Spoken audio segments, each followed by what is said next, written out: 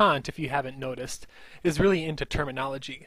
When you're reading Kant, it seems like every other word necessitates a reach for the dictionary, or maybe more accurately, when you're reading Kant, it feels like you are already reading the dictionary.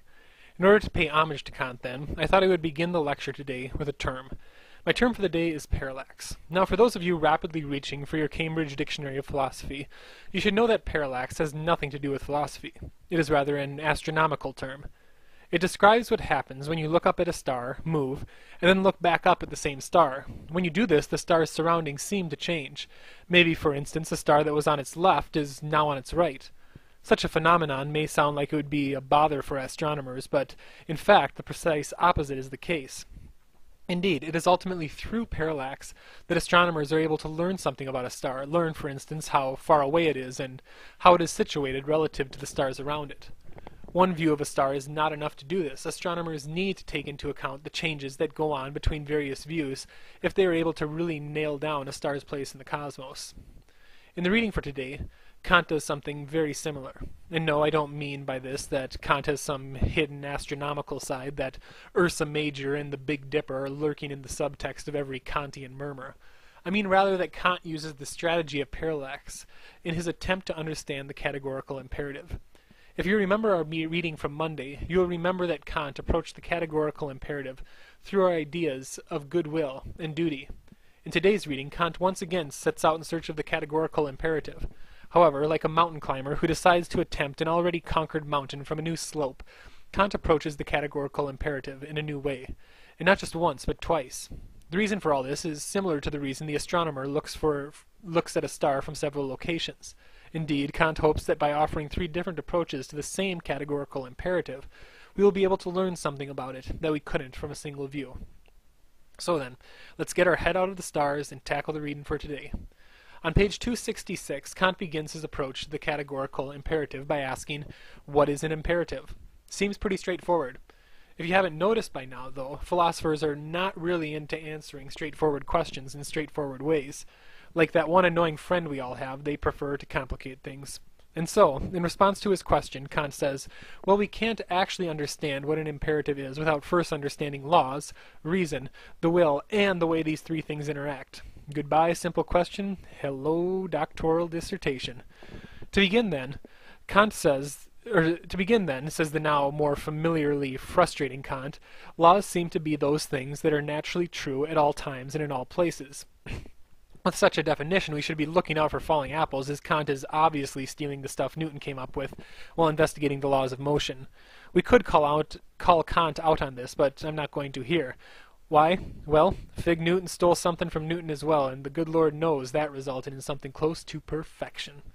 Next item of business, then. What about reason? Reason, Kant claims, is that which is able to discover laws. This seems, well, reasonable. Last, then, the will. The will is for Kant that which guides our action. It is our intention, our motive. Again, this seems both reasonable and consistent with the way Kant has talked about the will in the past. So then, having defined his terms, Kant begins investigating how they relate to each other. Reason, laws, and the will, Kant claims, are supposed to be perfectly intertwined. It's supposed to work like this. Reason discovers the laws.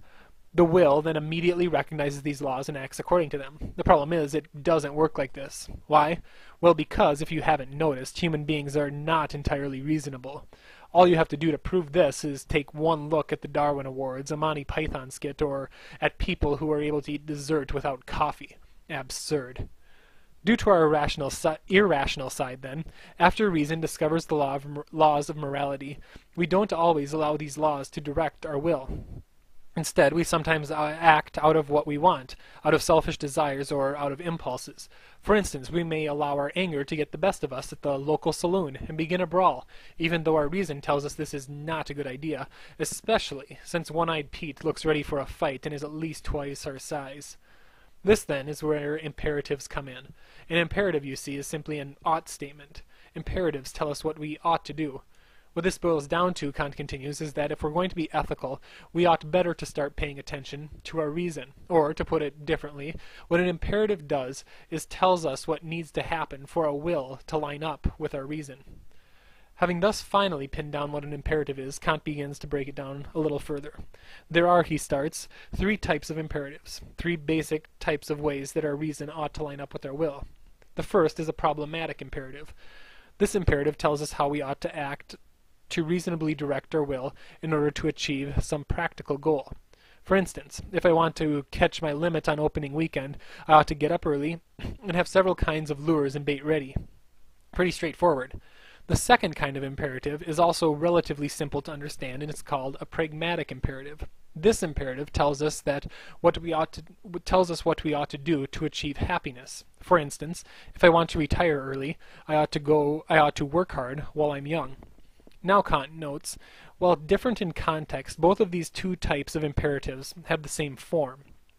Both say, if I have such and such a goal, then I ought to perform such and such an action. There's nothing bad with this form. The problem comes in only if we try to say that such a form can give us ethical imperatives. Because, Kant continues, an ethical imperative should be true no matter what. That's what ethics are, steadfast rules to act by. But when what I ought to do depends on a goal I set for myself, then the imperative disappears if and when the goal does. For instance, if I don't want to retire early, all of a sudden there is no reason that I ought to work hard when I am young. So, while there is nothing wrong with these types of imperatives, they are not moral because they depend on the goal you set remaining your goal. Kant thus calls both problematic and pragmatic imperatives hypothetical.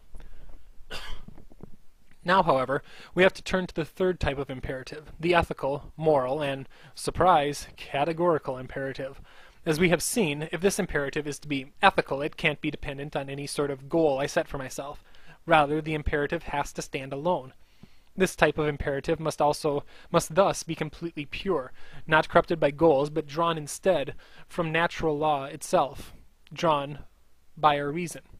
It is the imperative that simply says we ought to act according to natural law. But since natural law is applicable to all times and all people, as we have seen, acting according to natural law simply means acting in a way that all people at all times could act. The categorical imperative is an expression of universality itself, saying, and these are Kant words now, that we ought to act only on that maxim through which you can at the same time will that it would become a universal law. Now, even though Kant's argument here is super solid, it still is, of course, fair to ask whether such an ethics is applicable. Kant believes so. He asks us to consider lying in order to get a loan. Is this ethical? Well, Kant says, can you will a law that says everyone at any time can lie to get loans? The answer is a clear no. If everyone could ethically lie to get loans, the entire institution of loaning would disappear. Therefore, the categorical imperative does indeed succeed in telling us what we should do. Now, Kant does approach the categorical imperative one more time, but unfortunately, we will only have to be very brief in covering this approach. I have included a more detailed sketch in my PowerPoint. Well, the third approach amounts to is this. Every will aims at some desired end, some goal. Now, the goal for a hypothetical imperative, as we have seen, is simply one that we have chosen, riches, happiness, and so on.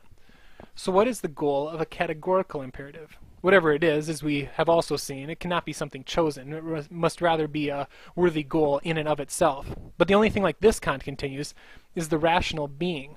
Indeed, people are always worthy as motives for action in and of themselves. We can therefore formulate the categorical imperative this final and third way. We ought to act in such a way that you always treat humanity, whether in your own person or in the persons of another, never simply as a means, but always at the same time as an end. This, then, brings us to the end of Kant. I am sure that many of you are happy. Personally, I'm sad. No, actually, I'm sort of happy too. This said, I hope that Kant did teach us something, if not how to act, then at least how Kant thought we should act. Because whether we agree with him or not, he still undeniably structures the way many people think about ethics. Every time we hear someone say, well, at least his heart was in the right place, or I did it because it had to be done, we've got a Kantian on our hands. And perhaps now, after reading him, you too have joined the rank of these noble Kantians.